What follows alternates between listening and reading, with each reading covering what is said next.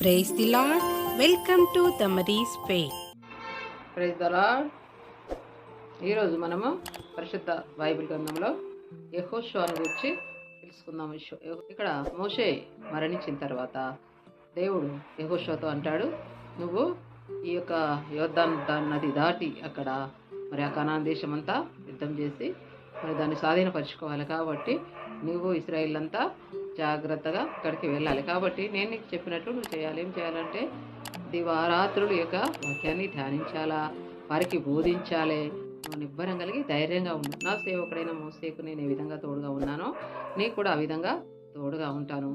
కనుక నువ్వు ధైర్యంగా ఉండి ఇశ్రాయేలును నడిపించమని యెహోషువకు దేవుడు చెప్తాడు. మరి నూను కుమారుడైన యెహోషువ ఇద్దరు వేగుల వాళ్ళని ఆ యొక్క దేశం వేగు చూడడానికి రహస్యంగా పంపించినాడు. మీరు వెళ్ళి చూసిరండి, ఆ దేశము ఎరుక ఎట్లుందో, మనం దాన్ని స్వాధీనపరుచుకుంటామని